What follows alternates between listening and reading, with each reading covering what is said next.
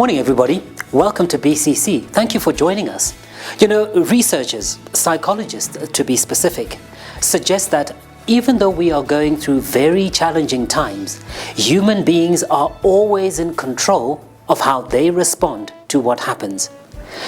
Controlling our response, or controlling our perception, as it were, is not a denial of reality.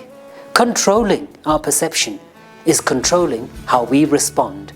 We are always in control of how we respond. How are you responding?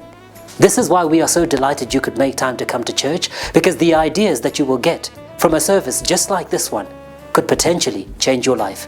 Welcome again. The work of the church continues, and so as it does, it has to be funded. So again, we make an appeal to you, wherever you are, and however it is you choose to contribute, that your contributions are always welcome.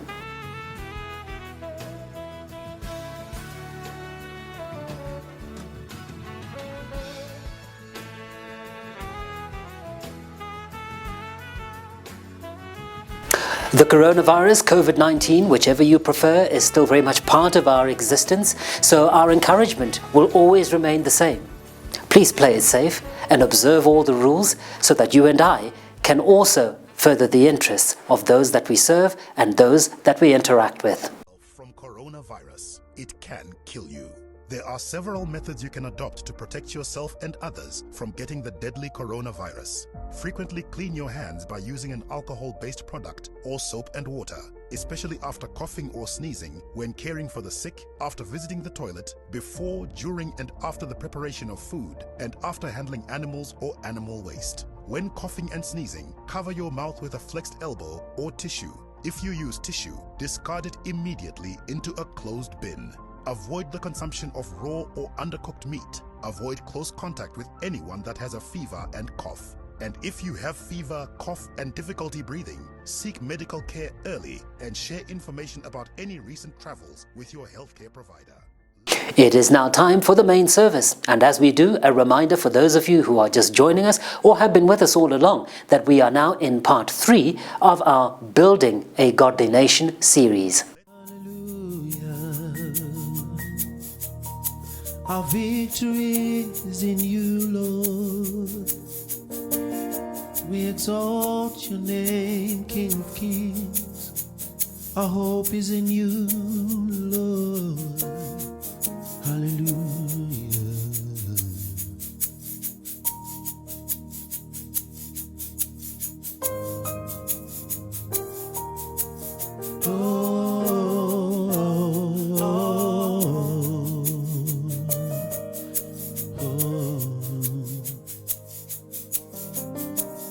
Who can stand against the Lord?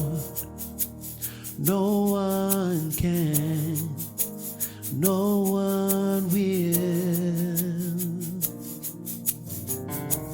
Who can stand against the King?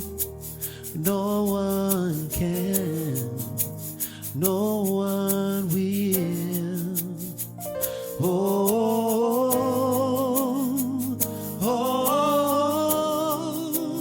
Victory belongs to Jesus. Victory belongs to him.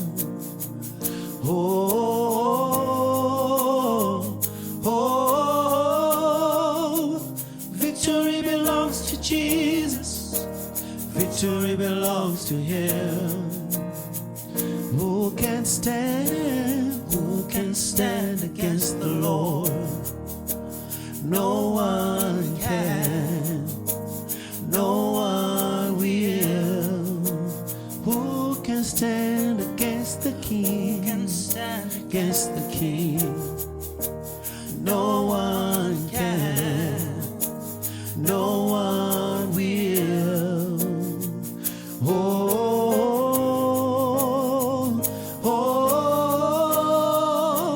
Victory belongs to Jesus. Victory belongs to him.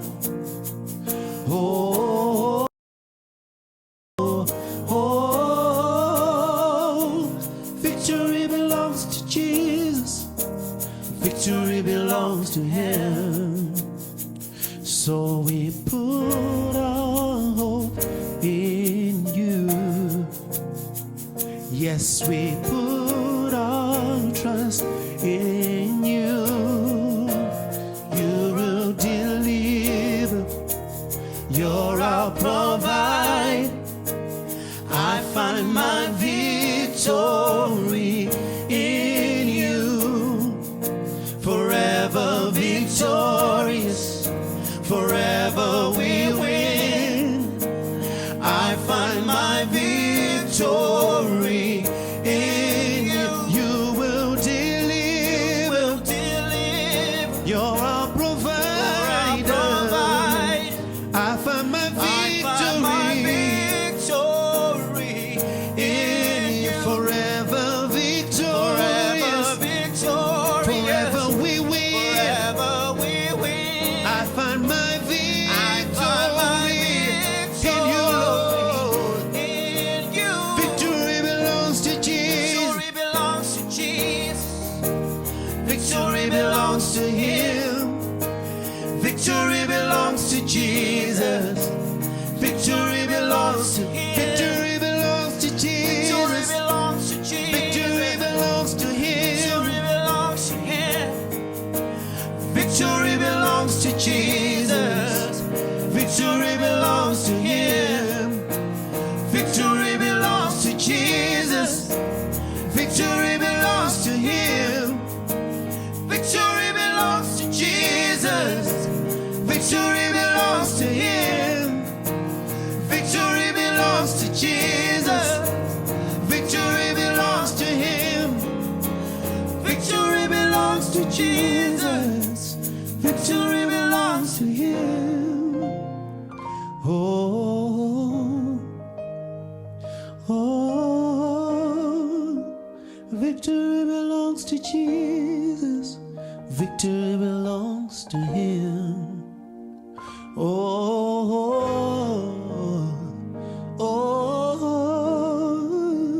victory belongs to Jesus.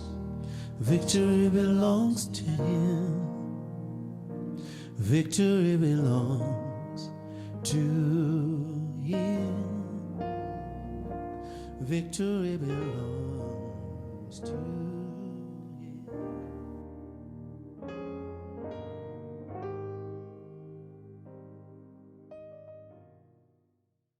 Greetings, my name is Pastor Kumbukani Piri and I'm here with none other than Dr. Shingi Munyeza, and we have been looking at an amazing series called How Do We Build a Godly Nation? And if you were following with us last week, we looked at the principle of submission in leadership, and sometimes, Dr. Munyeza, it's sometimes a paradox to talk of leadership and submission. It shouldn't be, but yet last week you helped us to realize that sustainable leadership understand submission. I'm excited. You're going to introduce this week. I'm really excited to this journey that we're on.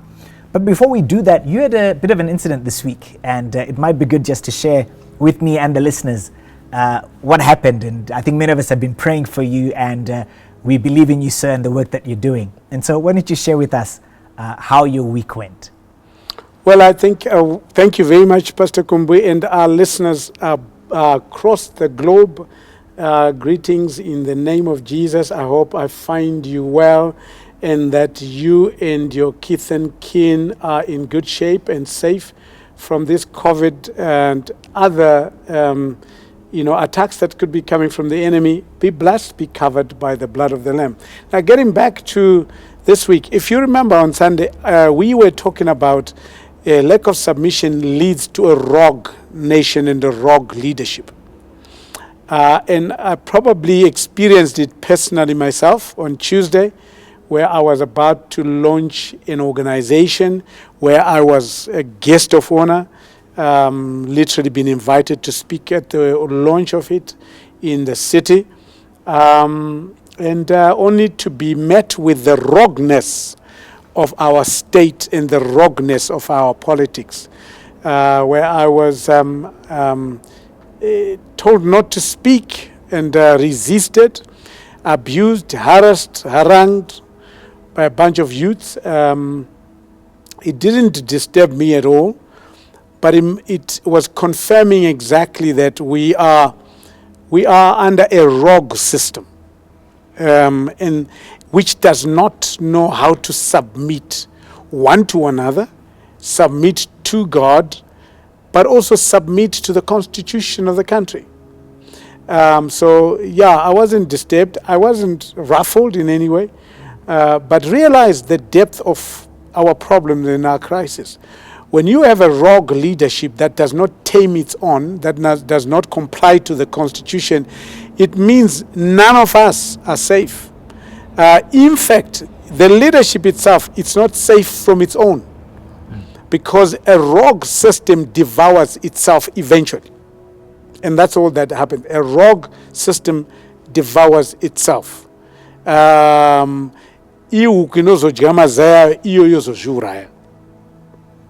that's basically where we are right now. But that's not what we're talking about today. Indeed, sir. Today we're going to be talking about promises and fulfilling needs.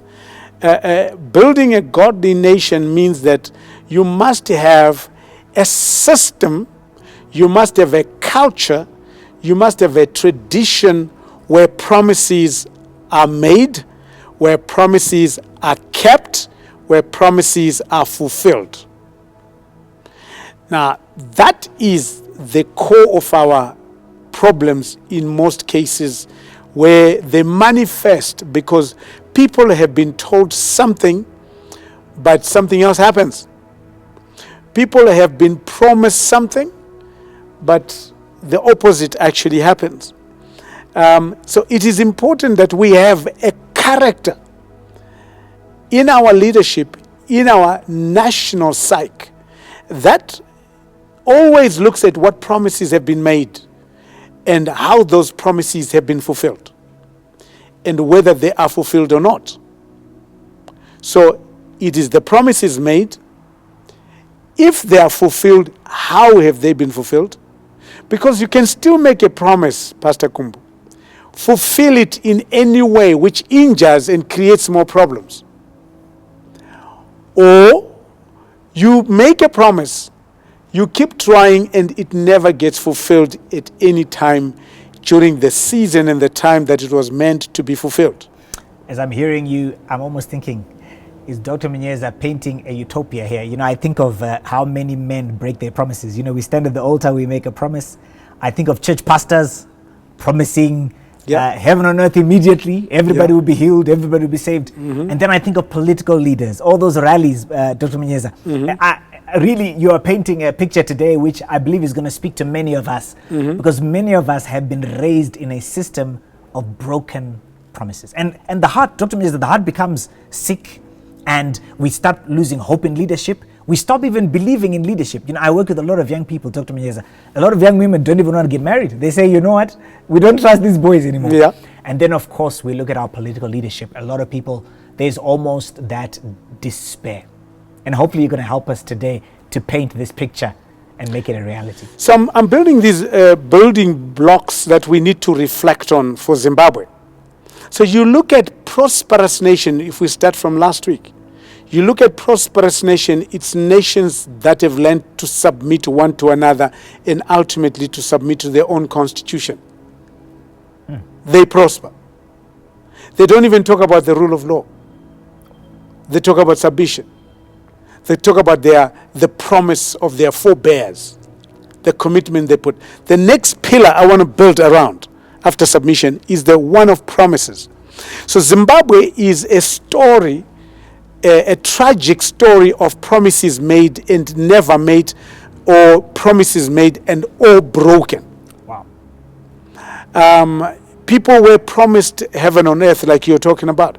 People were promised some things, that they will prosper. People were promised provision. People were promised protection. But that has not been met. So that is the core of our struggle. And therefore, we need to get back to that founding pillar and say, what promises have we made and not been fulfilled? And what promises did leaders of our nation promise and could not fulfill and did not fulfill? Now, before we start, a good one of our elders from church did a memory verse, which was actually the basis for this message today. and he shared, he recited the verse, but I'm going to read it. If he was here, I was going to ask him. It's actually Psalm 15, verse 1 and 5. In the whole of scriptures, let me tell you, he didn't know this. This is the portion of scripture that describes character. This is the best 5 verses on character in the entire Bible.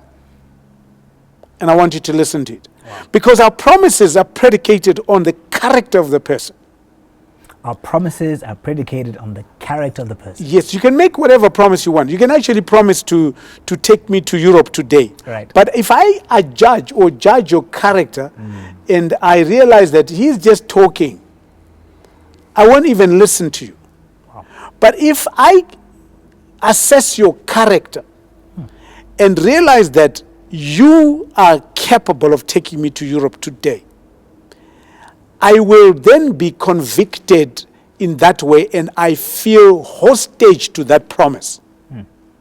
Now, if it is not fulfilled, you have a broken promise and a broken life. And that's what has happened. So here are the 5 verses, which are the best 5 verses on character in the whole Bible. It says, Lord, who may abide in your tabernacle? This is Psalm 15, verse 1 to 5. Who may dwell in your holy hill? He who walks uprightly, he who works righteousness, and speaks the truth in his heart.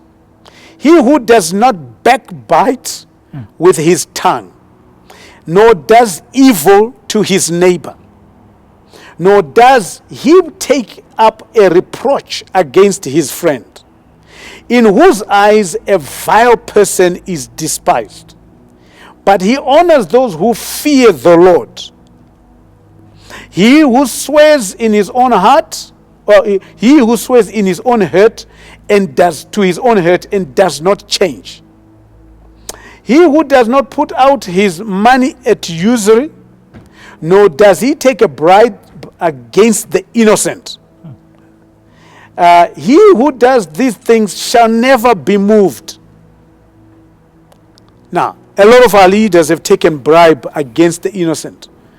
Right now we have money meant for our health services, money meant for development, money meant for service delivery. It has all been looted by the same leaders who are supposed to look after the weak, the widow, the fatherless.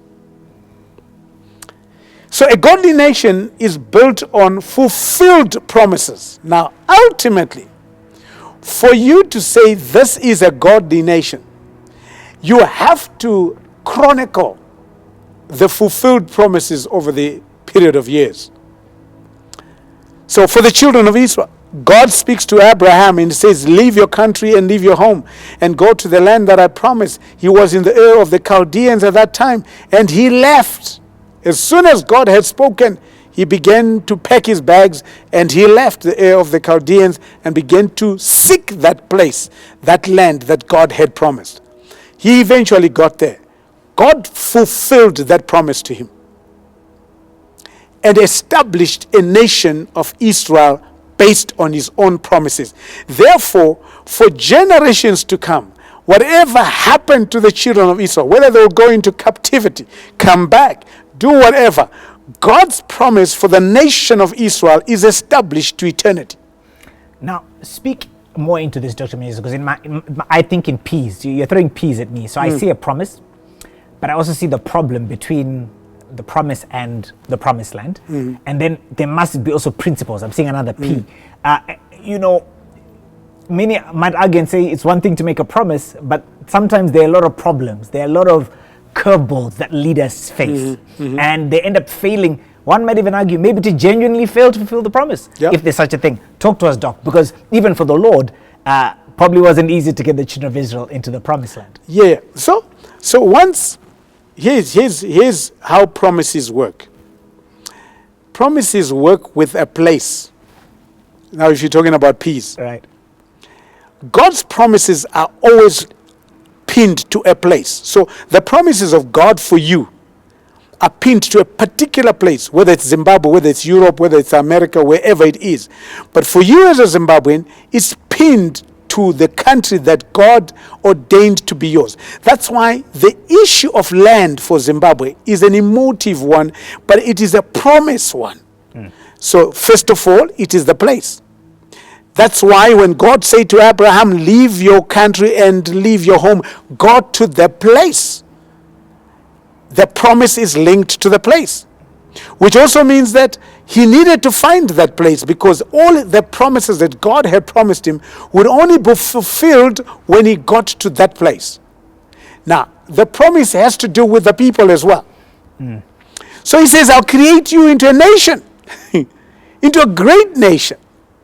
Your descendants will be great.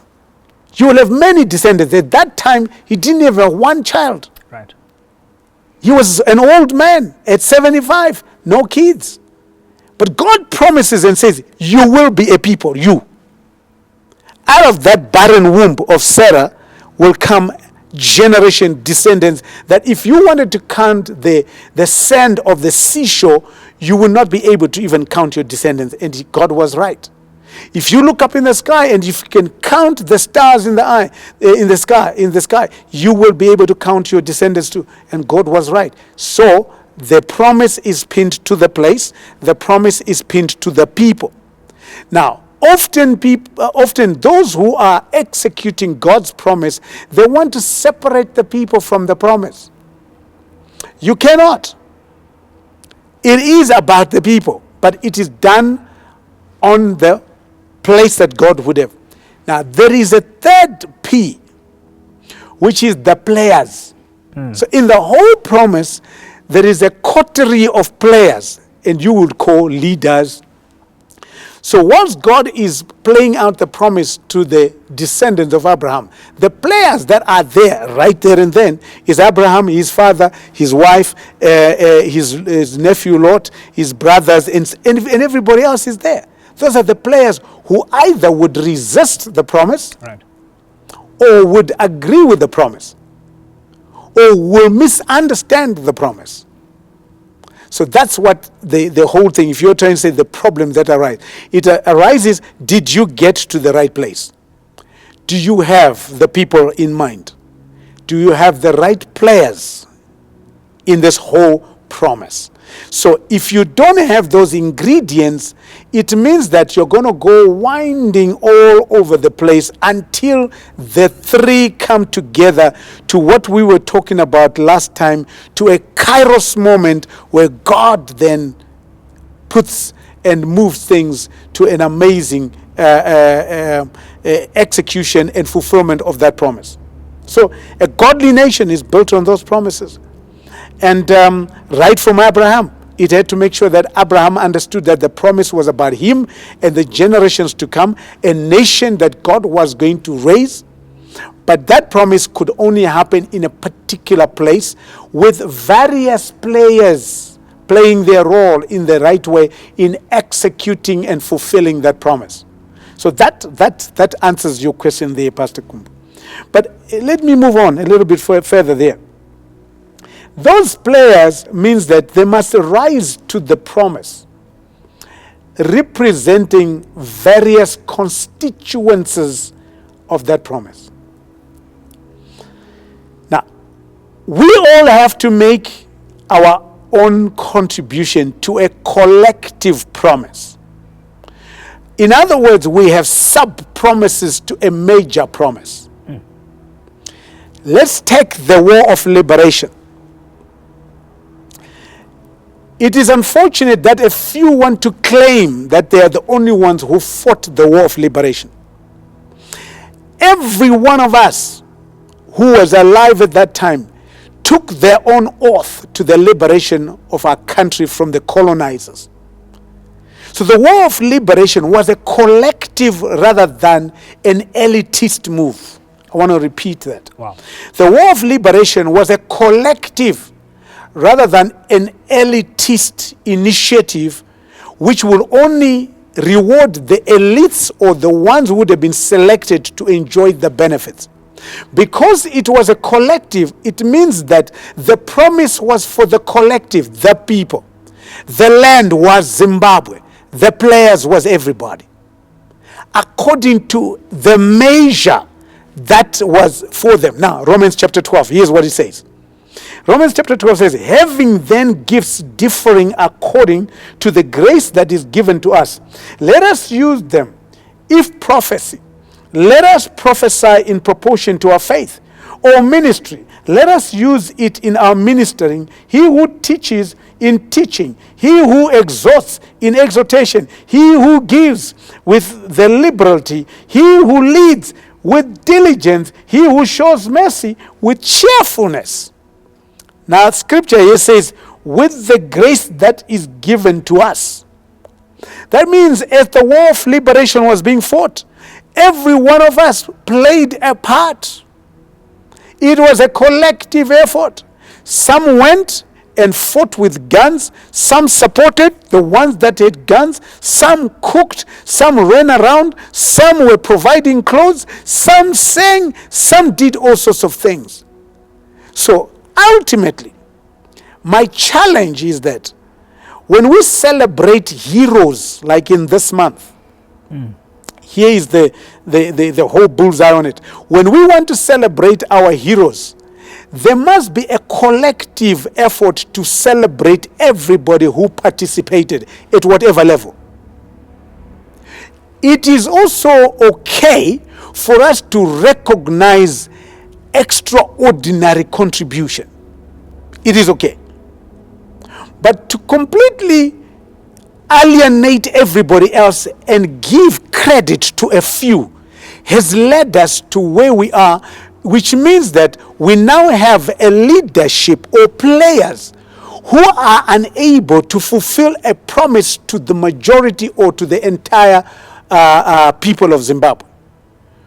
Because then the promises are not going to be met. You're only meeting the promises for the elite. I suppose it's the concept they talk about, the importance of leadership and the importance of followership. And you are saying that we mustn't just celebrate the leaders. We must celebrate the followers as well. Because if I'm a leader without followers, I'm going for a walk, isn't it, Dr. Munyeza? Actually, in other words, it's I love that, the collective effort to build a collective nation. And this attributes to the fulfillment of promises. You cannot fulfill the promises unless you involve everybody. Let me tell you, and I want this to be very clear for those who are listening. The war of liberation was not won because only of the people that were holding the gun. No, not only. The war of liberation was won because everybody closed the rank like David experienced at Hebron. Everybody came to the party. Everybody celebrated. Everybody paid the price. So therefore, the benefits of such an independence have to be collective as well. Now, here's our problem. Our problem is that we are now fighting the liberators today. Zimbabwe is in a crisis because the liberators have taken the same role as the colonizers did. They are the only ones who benefit. That's why there's state capture and there's corruption. That's why there are no freedoms that are being allowed to be expressed. That's why the rights of the common person are being trampled on. That means the promise of those who fought in the war of liberation, and I'm not talking about just the ones who held the gun. I'm talking about everybody else involved. Some of us were in the rural areas, where little messengers to tell the next village that vanamkoma vari uku vachazoya kwavari, because the Rhodesian forces always considered as children and school children, so we'll be running in uniform, and we used that decoy to go and send the message. I wasn't a Mjiba, but I became a messenger and all that. But we all played our part. My dad bought clothes and supplied needs to those who were fighting. So everybody contributed in some way. But we don't need to always take a dominant role. But neither should we make ourselves alienated from the promise of the promised land. And the promised land is Zimbabwe. And therefore, a nation that does not fulfill its own promises cannot be prosperous. So, promise fulfilled, is equal to prosperity. Promise fulfilled is equal to prosperity. Yes. Profound. And it must be that. And if it doesn't happen that way, guess what? We're back to fighting again. Like where we are right now. There is a struggle that is going on. Now, amazingly, and I want to put it out there, there is also those who are fighting against the liberators. There are those who feel that, most of us feel that we are going in the wrong direction. But there's another recurrence that is happening.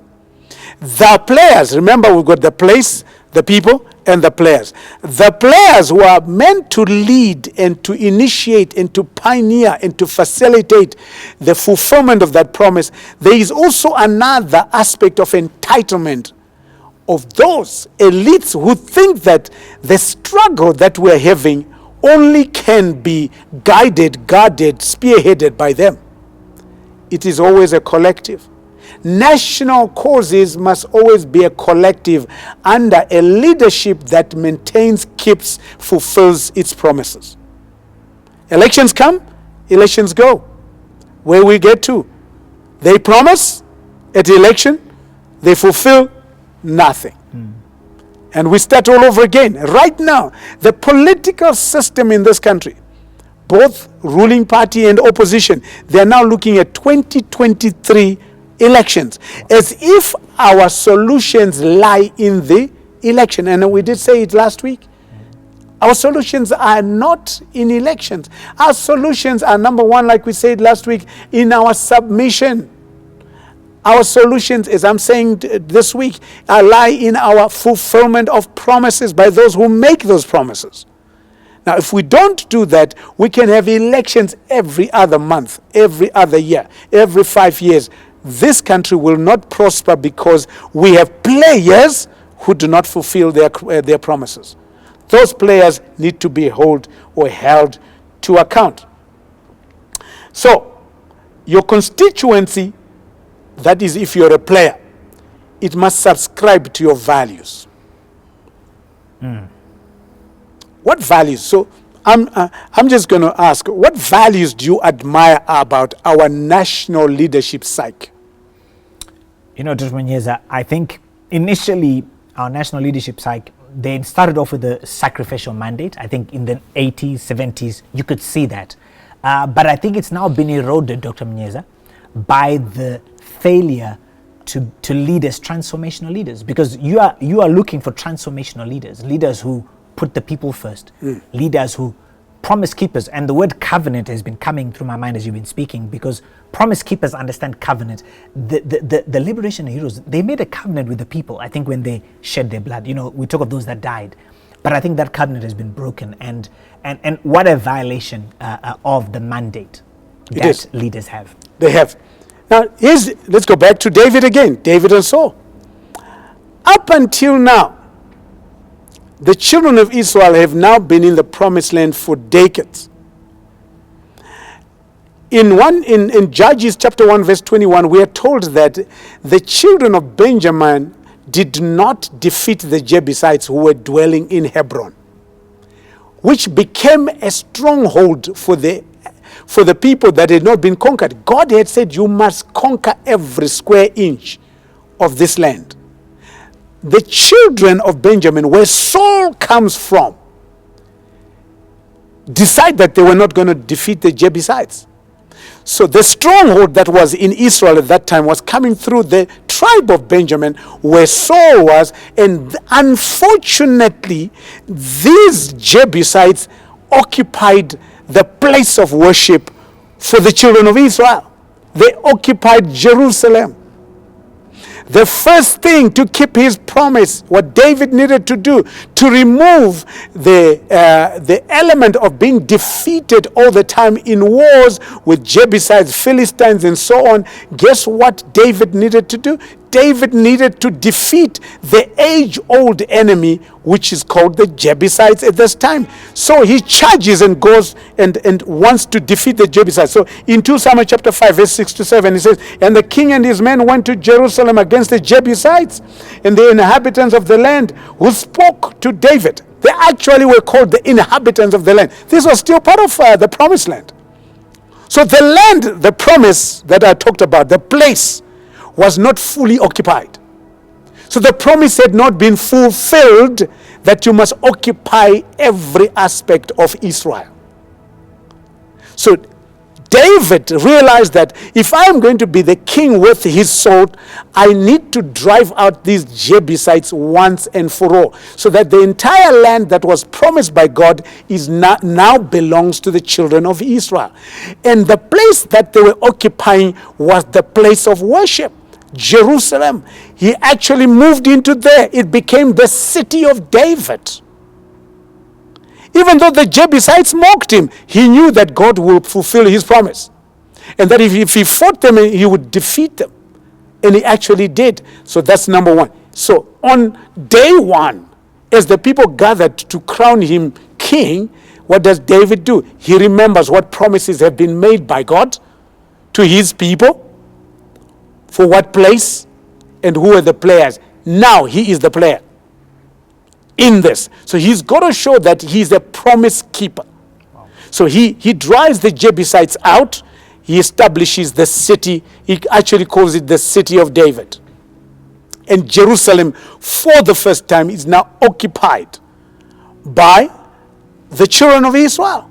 They can now celebrate and worship here. The next thing he does, for all these years, the Ark of the Covenant was not in his place of worship. So David, the next thing, what does he do? He makes sure that the ark gets to the place of worship. Where? Jerusalem. Again, promise made to a people in a place. He does that. Now, bear with me as I'm trying to now wind to a promise keeper where we need to get to. So he's setting up the pieces together. First of all, the promise to the place, he makes sure that that is cleared out. The promise where worship must be put into the center, he deals with that. So the ark is back, or the ark is now established in Jerusalem, back to where it should have been. Now, the next thing is that there were promises made by himself personally.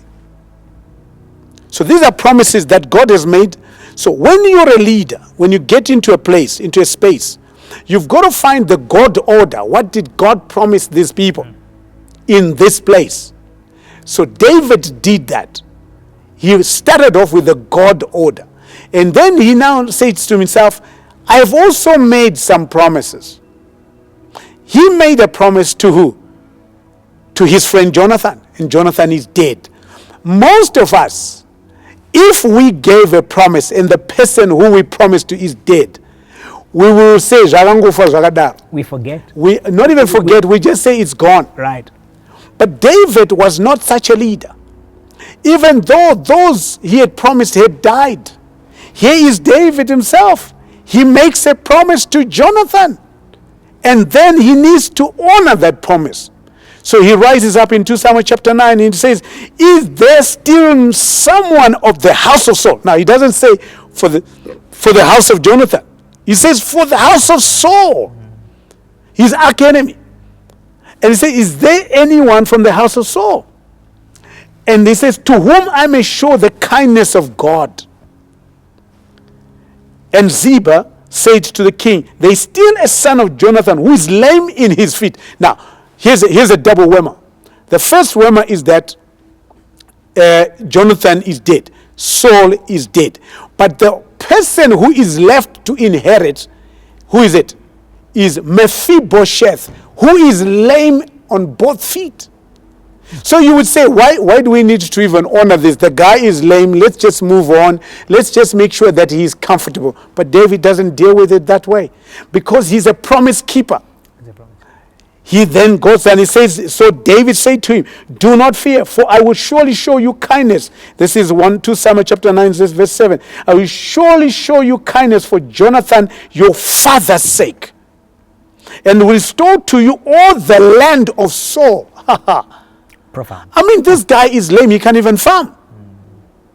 But because he is a promise keeper, he says, for the sake of your father Jonathan, for the sake of your granddad Saul, guess what? I'm going to honor the promise I made to him, and I will restore whatever was your father's father or your grandfather's land back to you.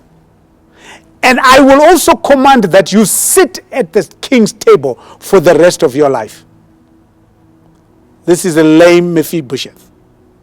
But because Jonathan is a promise keeper, he was not going to be persuaded by the death of Saul, by the death of Jonathan, by the lameness of Mephibosheth to not fulfill the promises that he had made. So, the players, the leaders that will prosper a nation, first of all, they honor God's promise. Secondly, they honor God, their own promise. Thirdly, they meet people's needs. Now, let's wind up. Let's talk about Zimbabwe now as we finish. So we are in this dispensation. There are promises made in 2017, after the elections of 2018. There are promises made that this country will prosper. This country will tolerate divergent views. This country will be a place where we will have differences but work together. That this country will be so against the oppression of people's rights and freedoms that will allow full expression and will abide according to the Constitution. That if we do that, we will prosper. The opposite today is happening. Why? It's because the promises have not been made. People made promises. The current leadership in government made promises. The hospitals have been closed. Schools are dysfunctional. Service delivery is nothing to talk about. At the moment, people are languishing in poverty and sickness and disease. The promises 2 years later have not been fulfilled. Now, what do we find the promise keepers doing? The promise keepers are now planning for the 2023 election. So they are not even worried about keeping God's promises for God's people. They are not worried about keeping their own promises to God's people. And therefore, we cannot be a prosperous nation unless promises are kept and promises are fulfilled. This is one of the things we need to address immediately. We're celebrating the inauguration of the new government this month, 2 years ago. The people are worse off than they were 2 years ago. Our health delivery system is worse than it was 2 years ago. Our education system is worse than it was 2 years ago. Our delivery of basic amenities is worse than it was 2 years ago. Have we made the promises and have we fulfilled the promises? A nation that does not keep its promises will not prosper. A leadership which does not keep its promises will not succeed and will ultimately fail. And like Saul, that leadership will fall on its own sword. God bless you. Well, that was Dr. Munyeza, and he looked at a critical topic. We need leaders that keep their promises. I want to speak to you today. Maybe you don't know Jesus Christ. Well, the Bible says that Jesus Christ died on the cross for you and I. All men have sinned and fall short of the glory of God. And all you need to do is to open up your heart to the greatest promise keeper of all. And his name is Jesus, and he loves you, and he has a purpose and a plan for you. Thank you for watching this program. And I believe that our lives and our nation will never be the same. God bless you. We've come to the end of the service. Again, what a pleasure it was for you to join us. We do encourage you to keep joining us for every single service. It is always good to be in your company. But as you go into this week, even though times are possibly at their most challenging, please be reminded, it is not what happens, it is what you do with what happens. Have a great week ahead.